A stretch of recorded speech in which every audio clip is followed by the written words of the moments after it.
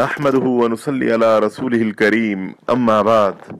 دجال بحر ہند کے کسی نامعلوم جزیرے پر زنجیروں میں جکڑا ہوا ہے۔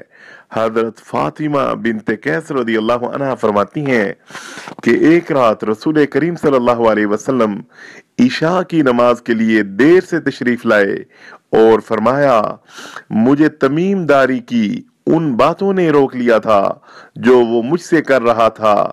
تمیم نے ایک آدمی کے حوالے سے مجھے بتایا کہ وہ آدمی سمندر کے کسی جزیرے پر کشتی کے سمندری طوفان میں پھنس جانے کی وجہ سے پہنچ گیا، جہاں اسے ایک عورت ملی جو اپنے بالوں کو کھینچ رہی تھی۔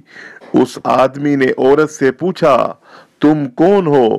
تو اس نے جواب دیا، میں دجال کی جاسوس ہوں، تم ذرا اس محل کی طرف آؤ۔ تو میں اس محل کی طرف چلا گیا۔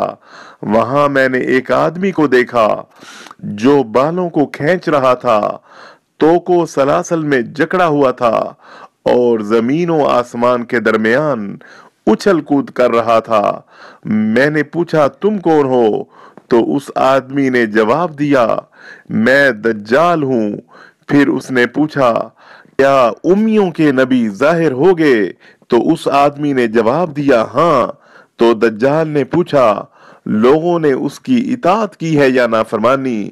تو اس آدمی نے جواب دیا، اطاعت۔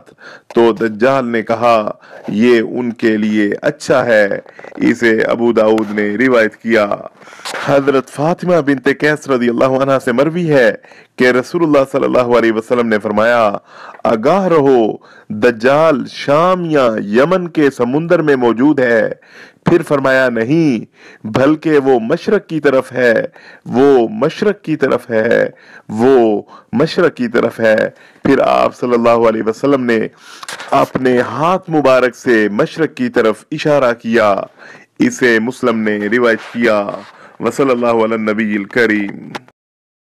اللهم إنك عفو تحب العفو فاعف عنا، اللهم إنك عفو تحب العفو فاعف عنا، إلهنا فاعف عنا يا كريم۔